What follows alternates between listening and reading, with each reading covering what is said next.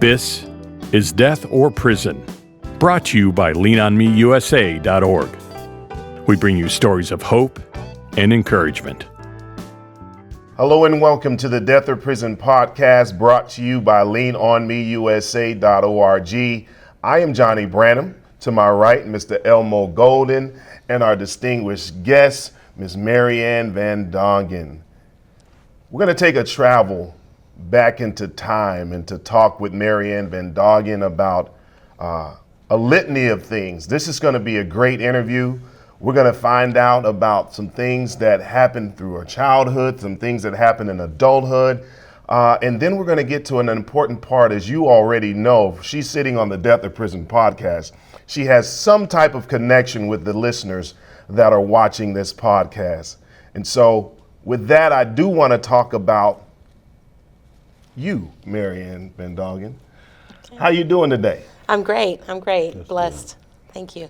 Marianne, we want to establish a little background about you and how you came to be where you are today. Okay. So my dad was in the military. He was in the Navy, and he was stationed in Georgia, and I was born in the Naval Hospital in Augusta, Georgia. How was life like living in Augusta, Georgia during that time? We left Augusta shortly after I was born, and we moved to Mobile, Alabama, where my parents divorced when I was 5 years old. Did you have any siblings, any brothers? I did. I had a younger brother and a younger sister, and my mom was mentally ill. She was Baker acted into an institution shortly after I was born, and then she had a complete mental breakdown after the birth of my brother and my sister. With my dad being in the military, his parents, my grandparents, took care of us most of the time. When my dad finally left the military, I was 5 years old. My brother was 3, and my sister was almost 9 months old. And he remarried right after he got out of the military to my stepmother. So that's a lot of siblings. Did you have a good childhood growing up with your additional family? It was a hard childhood, I would say. We never had a lot of money. We were definitely blue-collar family. The lady that my father married had 6 boys of her own. So not only did I have a younger brother and a younger sister, but I had 6 brothers that were older than me. They ranged, I think the closest one was 7 years older than me. And it was trying, it was challenging to be in a household full of so many people. Not all of us lived together at one time because a lot of my brothers were already grown and out of the house, but they had girlfriends and they had kids. So yeah, there was a lot of people around a lot of the time, and we did have great family get-togethers. We had, family reunions, we had barbecues, we had Sunday suppers. There were good times and there were bad times. Yeah. Now, I know that being in a house with all of those boys, there's some things that you probably know how to do that the average girl doesn't know how to do. How is that growing up as far as all of these brothers? Are you playing with them, or are you kind of segueing to playing with your female friends? How do they go? So, like I said, most of my brothers were not living at home. They come around for, Sunday dinners and stuff like that. But I had to learn how to cook at a very early age. So cooking has always been a passion of mine. When I was 9 years old, my mom was dropped off of an operating table, and she was paralyzed from the neck down for a whole year. So the responsibility of getting my brother and sister ready for school, cooking breakfast, cleaning house, all of that kind of fell on me, and taking care of my mom and getting her situated, because my dad worked at the shipyard in Pascagoula, Mississippi, and he left at like 3 o'clock in the morning. So I had a lot of responsibilities at a very young age, and I didn't have a choice but to learn how to do things and do what needed to be done. So it was hard. There was not a lot of playtime. There was not a lot of running around and spending time with friends. I would say I had one really good friend growing up. Her name was Marie, and she was my bestie. She was my confidant, the person I went to. But a lot of my brothers didn't come around at all when I was growing up. Yeah. What was your mom's role? I mean, she had the mental breakdown, but what was her role in the house? So that was my biological mom. My dad divorced her when I was 5, so she wasn't in the household anymore. Now, prior to that, there was a lot of abuse going on. My little brother was learning how to walk, and she didn't want him to walk because she didn't want to run after him, so she laid him across her lap and grabbed his feet and took a cigarette and burned the bottom of his feet so that he couldn't walk, so she wouldn't have to chase him around. My biological mother was not stable. One time my little brother and I were playing, and he stabbed me in the eye with a pair of scissors, the little glue scissors, and my mom grabbed me and threw me in the car, and I was crying and screaming, and she was mad because I was crying and screaming, and she slapped me, and the scissors went flying out of my eye. And I remember going to the hospital, and I remember wearing a patch over my eye for like 6 months. And my dad came back from the military, and he's like, that's it. She's going to kill my kids. This is it. I've got to get them away from her because I don't know what she's doing to them when I'm gone. My grandparents came into the picture more heavily at that time and took us away from her.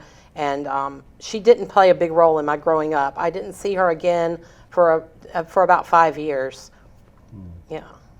And now you're going through school.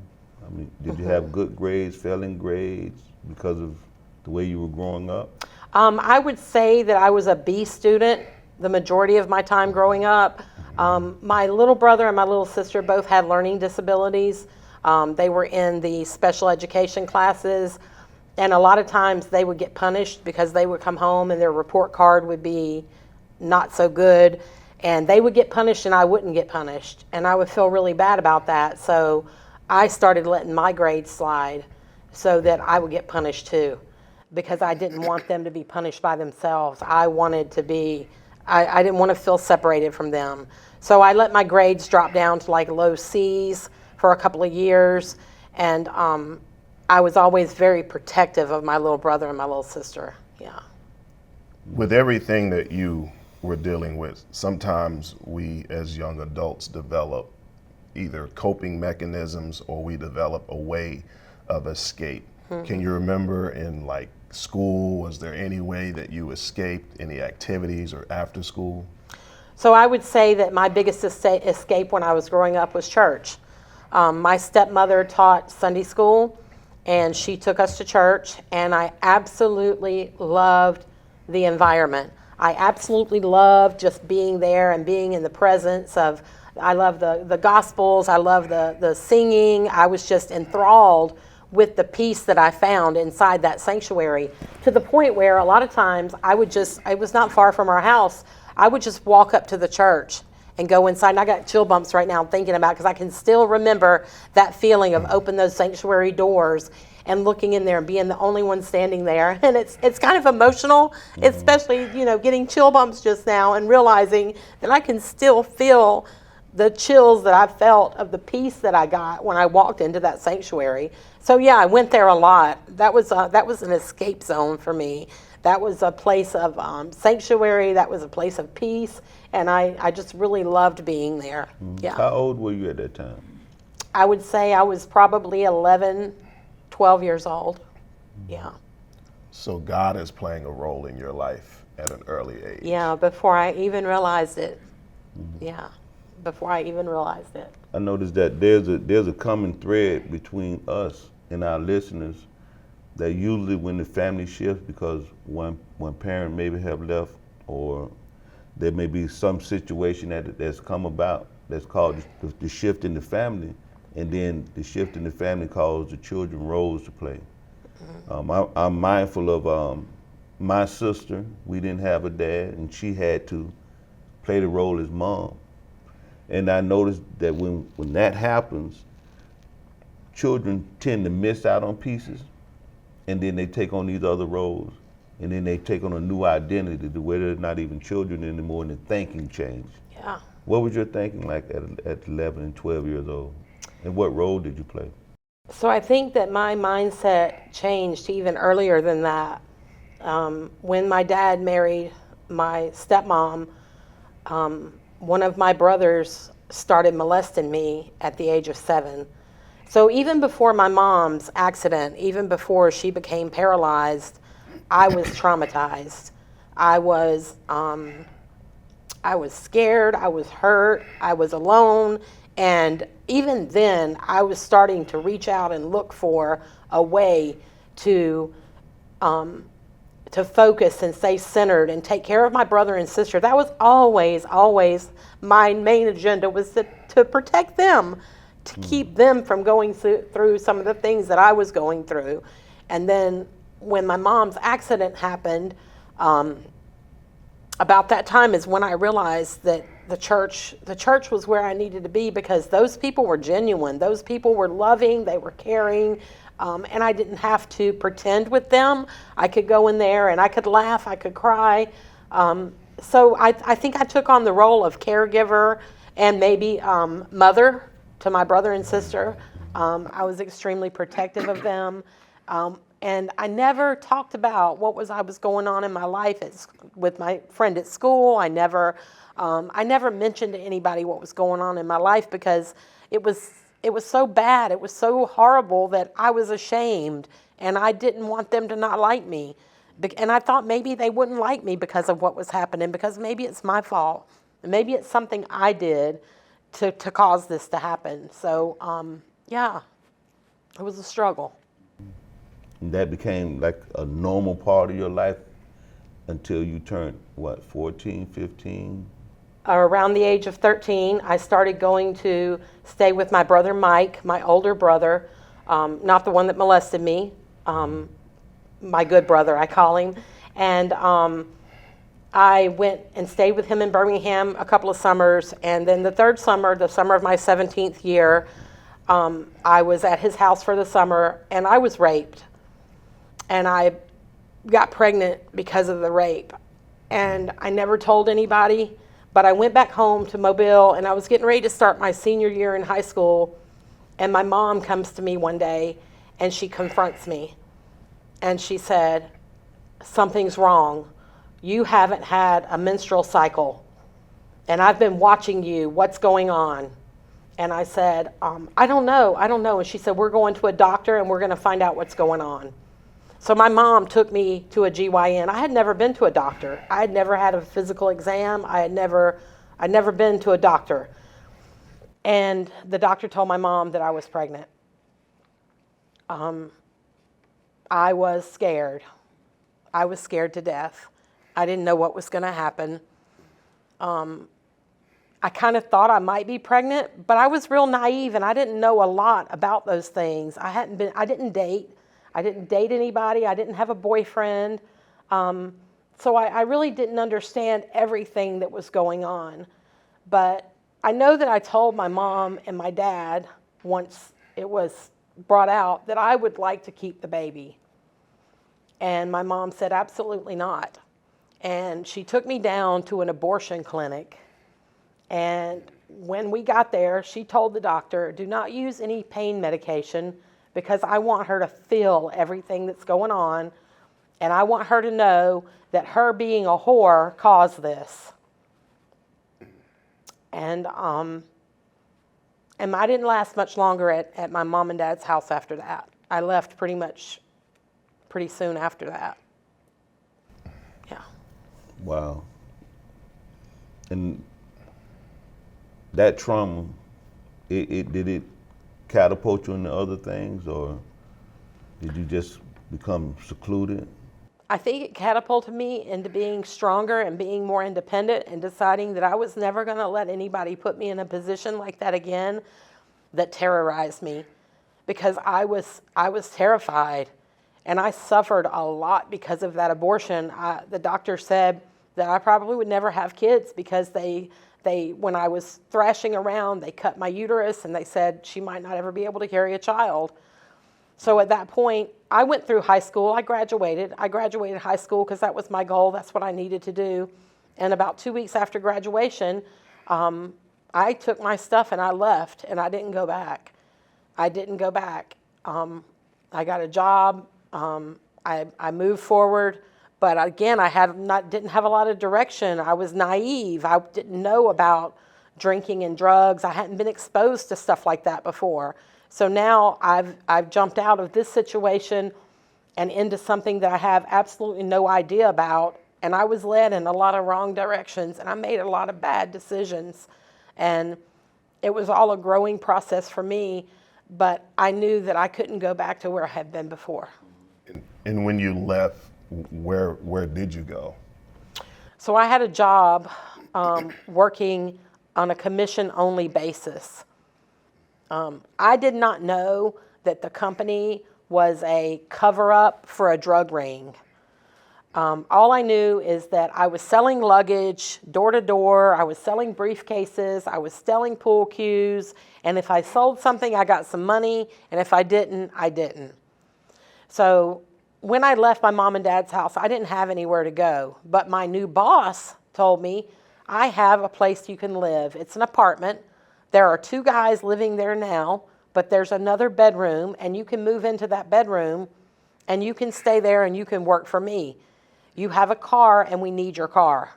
They needed my car to make road trips. They needed my car to do trafficking with. I didn't know any of this. So I moved into this apartment with 2 guys that I had no idea who they were, and I ended up in a very, very bad situation. I ended up being abused, being taken advantage of. They took my car. They would lock me in the apartment all day long with no food. They would put locks on the cabinets so I couldn't get to any food. They would bolt me in the apartment and leave me there sometime for days at a time. They were starving me. At one point, they gave me, I was getting very, very skinny, and I talked them into letting me see my grandmother. And they said, we're checking the mileage on the car. You can go there and you can come back, and the mileage better not change. And if the mileage does change and something's wrong, we're just going to kill you. So I went to see my grandmother, and my grandmother lost it. She swore I was on drugs, but I wasn't. I wasn't on drugs. I was just being starved. So when I got back, I said, my grandmother's very concerned. So they started giving me a quarter every day. And they would give me 25 cents every day when they left. And they would say, you can walk to Albertsons and you can get a pot pie every day. And you walk there, you get a pot pie, you come back, you cook it, and that's it. And I said, but pot pie, there's tax. And they said, yeah, it's 27 cents. So if you can't find 2 pennies between here and Albertsons, you just won't eat that day. So I had to either borrow 2 pennies from somebody, or I had to find 2 pennies to add to my quarter so I could eat that pot pie. And a lot of people think that's crazy. All you could eat was a pot pie every day. It's the God's honest truth. All I was allowed to eat, and I had to save the pan from where I cooked the pot pie and stack them up and give them to the guy to let him know this is what I ate. Wow. Wow. And those guys, I mean, at some point, did you ever think about running? I did. Did you ever run? I did run. And I jumped right out of the frying pan into the fire because when you think that something can't get any worse, it's not true. It can always get worse. But it got better for just a minute. It got better for about 6 months. So my husband to be started working at the same company I was working at. And he was very handsome. He drove a little truck. He talked to me. He kind of everybody knew kind of what I was going through when they allowed me to come around the office, when they allowed me to participate in things. Kind of everybody knew that the only reason I was there is because I had a car and they needed my car. That's the whole reason. They needed my car. So my husband, his name's Mike, he approached me one day and he said, I know that you're not happy. He said, why do you stay with him? And I said, I don't have a choice. So they had what they call these road trips where you would be partnered up with somebody and you would go on road trips and you would sell luggage in different areas. We would go to Destin, Florida. We would go to Charlotte, North Carolina. We'd go to Monroe, Louisiana. We'd go to different places, and we were assigned to ride with certain people. Well, me and another girl were assigned to ride together one day, and she was one of the boss's friend's girlfriends.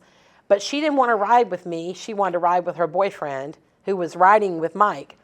So we got down the road, and her and Mike switched places, and I ended up riding with my husband in the car.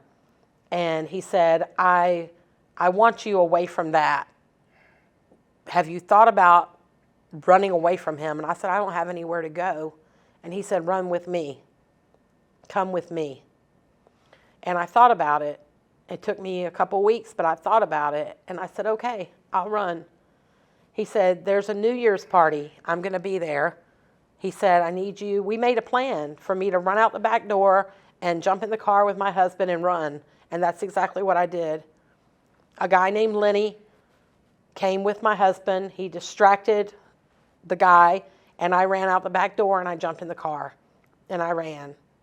And we went to my husband's house, my husband's parents' house, and it was New Year's Day, 1985, when I did that.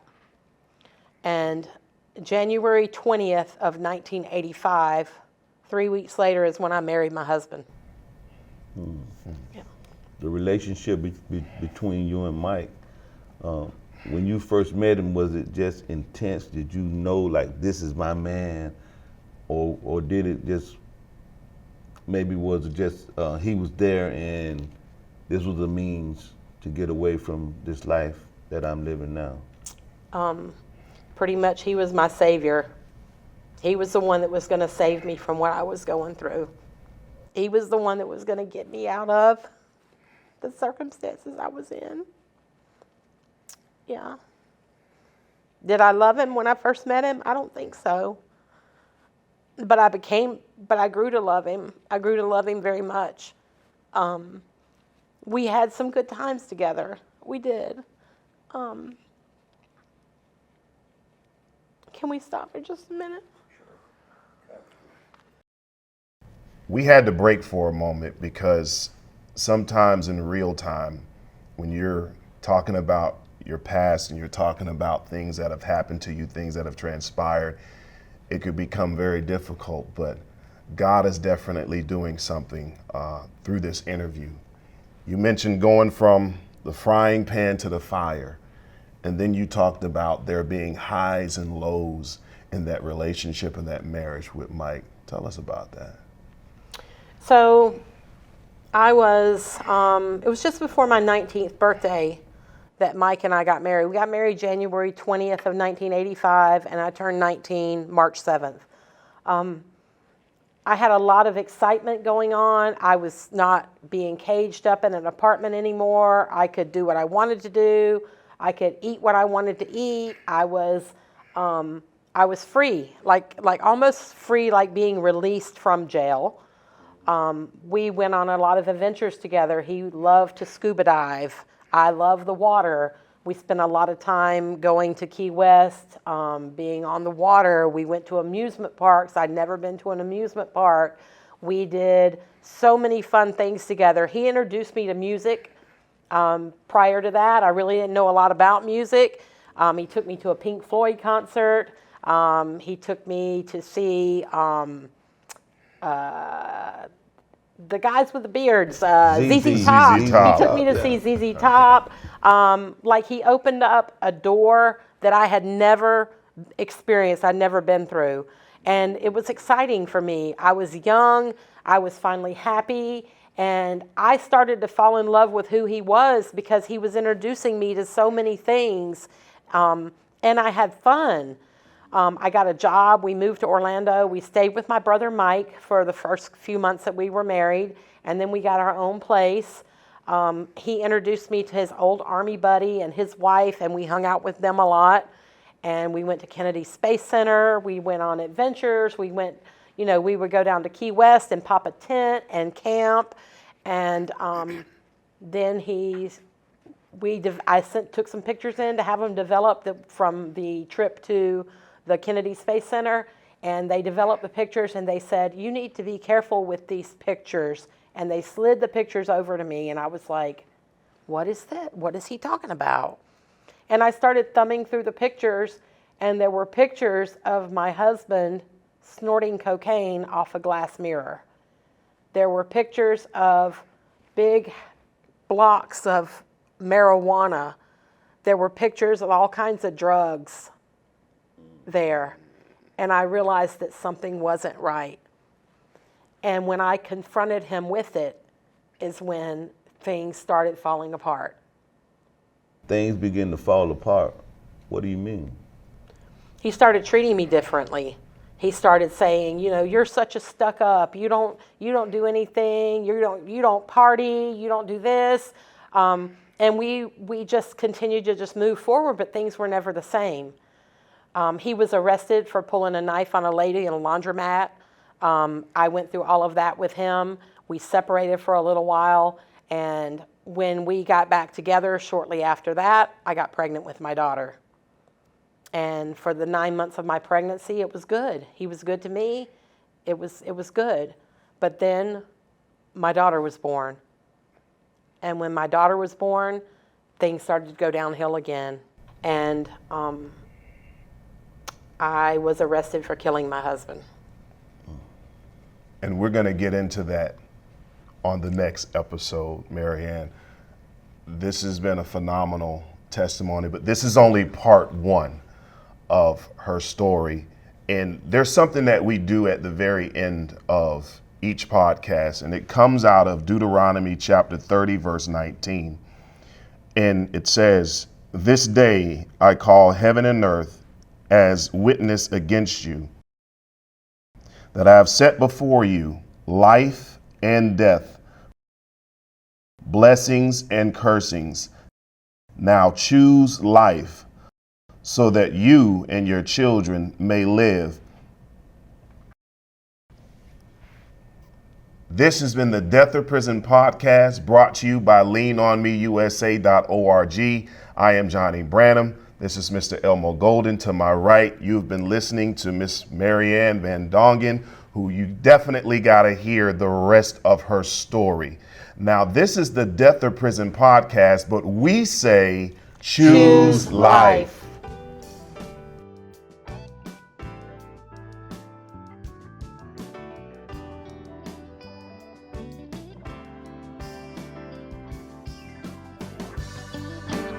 I can change the world. Each one, teach one. One boy and girl.